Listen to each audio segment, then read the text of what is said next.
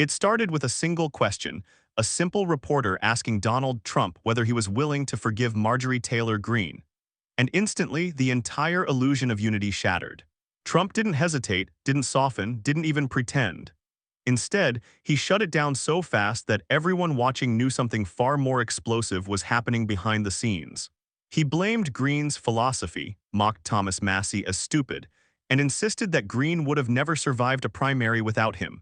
But the real shock wasn't what he said, it was what he revealed without even realizing it. In just a few seconds, Trump exposed the real reason he turned on his most loyal foot soldier. And it wasn't about politics, it wasn't about loyalty, it wasn't even about strategy. According to many watching this unfold, it was about something far more dangerous, something Trump allegedly didn't want exposed. And when Greene refused to play along, the fallout was immediate. What followed was one of the most dramatic political breakups in recent history, a public unraveling of loyalty, intimidation, hidden pressure, and a fight. The moment the reporter asked Donald Trump whether he was willing to forgive Marjorie Taylor Greene, the room felt like it paused for a split second. It was a harmless question on the surface, the kind politicians usually brush off with a safe, polished line. But instead of the usual smile or vague reassurance, Trump instantly stiffened. His expression hardened, and what came next made it crystal clear that this wasn't a simple feud or a political misunderstanding. It was something far deeper and far more personal. Trump cut the question down before it even took shape. "Forgive her for what?" he snapped, dismissing the idea as if it were absurd. Then, without hesitation, he pivoted to one of the sharpest criticisms he has ever thrown at an ally. He accused Greene of backing Thomas Massie, a Republican he openly mocked as the worst in history and stupid. The tone wasn't playful or political, it was bitter. It felt like watching a supporter suddenly become an enemy in real time.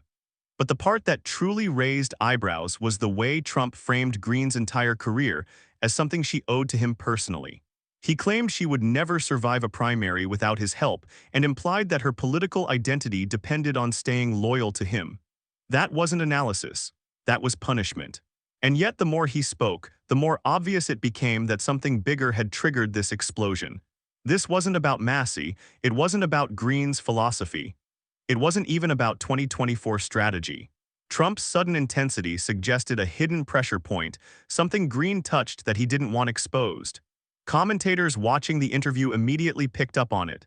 This wasn't the normal Trump GOP drama. This had the energy of a personal betrayal, not a policy disagreement.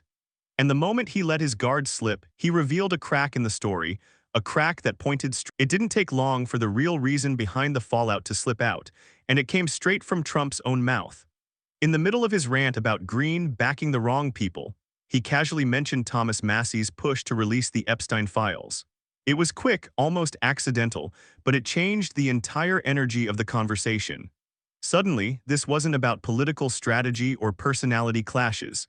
It was about the one topic powerful people treat like a live bomb.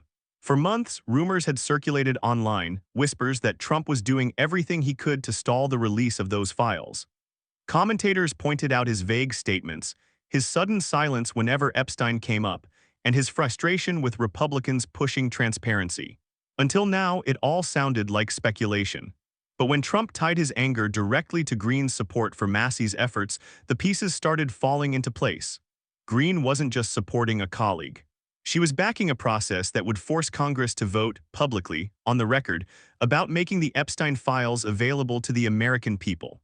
And according to many political observers, that was the line Trump didn't want crossed. Reports claimed he spent nearly a year resisting the move, privately urging Republicans to slow it down or bury it altogether. And when Greene refused to step back, Trump's irritation turned into something closer to rage. The moment she sided with Massie, the message was clear. Greene wasn't going to help him delay this any longer. And that's when the relationship finally snapped. Not with a loud announcement, not with a public fight, but with one televised moment where Trump's anger exposed the truth he'd been avoiding. The irony is that Trump likely didn't mean to reveal it. But in trying to defend himself, he ended up confirming what so many had suspected. When Marjorie Taylor Greene finally responded, she didn't dodge, soften, or pretend everything was fine. She walked straight into the storm. Standing at the podium, surrounded by women who had spent years fighting for justice, she delivered one of the most direct and emotionally charged statements of her political career. And she didn't hold back. Greene said without hesitation that Donald Trump, the man she defended through every scandal, every investigation, every political battle, called her a traitor. Not a critic, not a disappointment. A traitor, the word hit like a punch, especially coming from someone she had supported more fiercely than almost anyone in Congress. She reminded the world that she campaigned for him without being asked, fought for him when it wasn't convenient, and stood beside him even when people in her own party told her it would ruin her career. She didn't say this with bitterness. She said it with something closer to heartbreak and clarity. After 6 years of unbroken loyalty, all it took was her refusing to remove her name from the Epstein file petition for Trump to turn on her. Greene explained that she stood with the victims because it was the right thing to do, not because it was politically safe.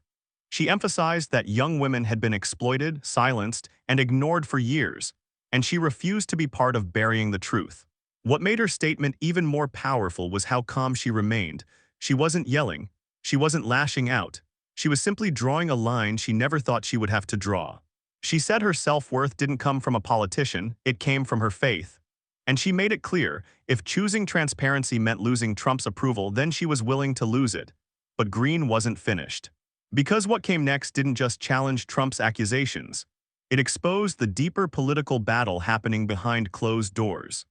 The real turning point wasn't a speech, an interview, or even a public clash. It was a single signature, Marjorie Taylor Greene, adding her name to Thomas Massie's discharge petition to force a vote on releasing the Epstein files. And according to Greene, this wasn't just a procedural move. It was the moment she crossed the line Trump never wanted crossed. Greene revealed that pressure began building the second she refused to back down. Behind closed doors, she claimed Trump's allies tried to nudge her into dropping the petition entirely. It wasn't gentle persuasion. It was the kind of political heat that signals someone powerful doesn't want the vote to happen, not now, not ever. And the more Greene insisted this was about transparency for the American public, the more hostile the reaction became. She described the petition as something Congress should have been doing all along. It wasn't partisan. It wasn't symbolic. It was a demand from people across the country who were tired of secrets, tired of excuses, and tired of watching powerful figures escape accountability. Greene said her office had been flooded with calls for months, not from fringe groups, but from ordinary Americans demanding to know what was being hidden. In her resignation message, Greene connected every dot out loud. She said Trump's attacks were triggered the moment she refused to take her name off Massie's petition. She emphasized that standing with victims shouldn't result in threats from the man she had defended for years. And she pointed out something else. The only reason this vote was even happening at all was because the American people applied more pressure than Congress had seen in decades. But the most surprising part wasn't her defiance. It was the realization that this wasn't a sudden rebellion. Greene had been challenging Trump on this issue long before the public ever noticed. Long before the feud exploded publicly, Marjorie Taylor Greene had already made it clear where she stood on the Epstein question. And it wasn't where Donald Trump stood. Months before any petition, before any accusations of betrayal, she had openly challenged Trump's dismissive comments about the scandal. When Trump brushed off the affair as a hoax, Greene pushed back in front of cameras, insisting that real victims existed, real crimes had occurred, and nothing about exploitation could ever be minimized as a joke or rumor. She wasn't speaking out of rebellion. She was speaking out of conviction, and that conviction eventually put her on a collision course with Trump himself. Clips resurfaced showing Greene urging Trump to prove his claims by releasing the files. She wasn't attacking him, but she refused to accept vague assurances. Her stance was simple. If the situation wasn't serious, then transparency would settle the matter instantly. And every time she made that argument, it grew harder for Trump to avoid the question. According to Greene, the demand for answers wasn't coming from Congress. It was coming from everyday Americans who had been calling her office nonstop, asking when their leaders would finally stop protecting the powerful. This wasn't a new passion project for Greene. It was a consistent theme in her speeches, interviews, and committee comments. She repeatedly stressed that the files mattered because they involved some of the most influential figures in the world, people who had operated with impunity for decades. She argued that the American public deserved to know the truth, not watered-down summaries or partial releases. But the more she pushed, the more resistance she encountered. Trump's hesitation became harder to ignore, and political observers began wondering why releasing the files was such a struggle if everyone agreed transparency was the right move. Greene's persistence, however, made something undeniable. She had been moving toward this clash for a long time. And what happened next proved that her break with Trump wasn't just personal. Marjorie Taylor Greene's break with Trump didn't happen in isolation. Once the dust started to settle, analysts pointed out something that made her situation feel eerily familiar. Her story fit into a pattern, one that had followed Trump throughout his entire rise in politics and business. A pattern where the moment someone stops serving a purpose, their loyalty stops mattering. You can trace it back through nearly every major figure who once stood at Trump's side. Michael Cohen spent years protecting him, arranging deals, shielding him from scandals, and taking the heat publicly. The moment Cohen pushed back, Trump distanced himself completely, acting as if the man barely existed. Rex Tillerson, a respected businessman brought into the administration as Secretary of State, found himself mocked as dumb as a rock once he disagreed with Trump's foreign policy views. Mike Pompeo, who championed Trump's agenda on the world stage, saw his security clearances yanked away despite years of unwavering loyalty. Even Kayleigh McEnany, the former press secretary who practically built a career defending Trump on camera, found herself attacked the moment her comments didn't perfectly align with his narrative. Donors like Gordon Sondland, who helped fund Trump's political machine, were pushed aside the second they became politically inconvenient. And the list kept growing. George Papadopoulos, publicly dismissed as someone he barely knew. Ronna McDaniel, blamed for election failures despite doing exactly what Trump wanted. Mike Pence, a vice president who risked everything for Trump until he refused to overturn an election and instantly became a target. Even Elon Musk, one of his biggest benefactors in 2024, wasn't immune to the shift. One disagreement and Trump's praise turned into stiff, pointed criticism. In that long lineup, Greene's story didn't look unique. It looked predictable. She wasn't special because of her loyalty. She was temporary because of her usefulness. And the moment she put transparency ahead of obedience, she became the next name on a growing list of former. By the time the feud was out in the open, the speculation was impossible to ignore. Commentators across the political spectrum were asking the same question: why was Donald Trump fighting so hard to stop the Epstein files from being released? Nothing in politics explodes into a months-long battle unless something sensitive is at stake. And the behavior surrounding this issue, the delays, the pressure, the sudden silence, only added fuel to the fire. For nearly a year, reports claimed Trump resisted every push toward transparency. Each time journalists pressed him, he brushed the topic aside. Whenever advocates demanded action, he pointed in another direction. Then came the strange reversals. Pam Bondi allegedly promising to release the files she said were sitting on her desk, only to suddenly backtrack without explanation. Analysts noticed something unusual. Every time disclosure seemed close, someone powerful found a way to slow it down. There were also murmurs about the FBI flagging Trump's name in certain documents, though nothing was ever confirmed. But the very existence of these whispers made the situation look even stranger. And when Congress finally inched toward a vote, the resistance inside Trump's circle seemed to intensify. Reports surfaced claiming he leaned on Speaker Mike Johnson to stall the process. Other accounts described tense meetings where Republicans were urged to hold back until leadership figured things out. Then came the most dramatic rumor of all, the story of Lauren Boebert being marched into the Situation Room to withdraw her signature from the petition. No one knew what happened behind those closed doors, but the idea that extreme pressure was being applied only made the public more suspicious. For many Americans watching, these weren't coincidences. They looked like signs of panic. Whether justified or not, the impression was the same.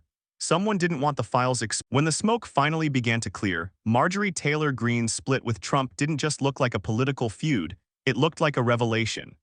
For years, she had been his loudest defender, the one figure in Congress who never hesitated to take a hit for him, argue for him, or shield him from critics. She became a symbol of MAGA loyalty, the kind of loyalty most politicians only dream of having. And yet, even she wasn't immune to the moment the cost of obedience outweighed the benefit of transparency. Her break sent a message that reached far beyond the walls of Congress. It signaled something millions of Americans had been too afraid, too unsure, or too loyal to admit. In Trump's world, loyalty is conditional and it only flows one direction. Greene wasn't punished because she betrayed him politically.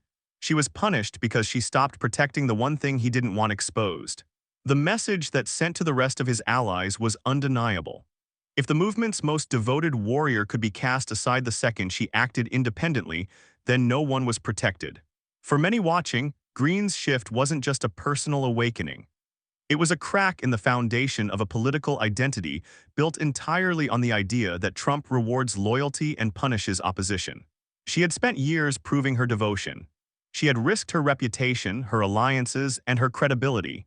And still, she became disposable the moment her conscience conflicted with Trump's wishes. Her departure raised a question the MAGA base had never truly confronted. If Greene, the ultimate loyalist, wasn't safe, who is? And more importantly, what does it say about a leader when even his fiercest supporters eventually walk away after seeing how the machine truly operates? In a way, Greene didn't just expose Trump's reaction to one vote. She exposed the price of blind loyalty in a world where power matters more than people. And without trying to, she left the country with a haunting realization: if she can recognize the truth now, what's stopping everyone else from finally seeing it too?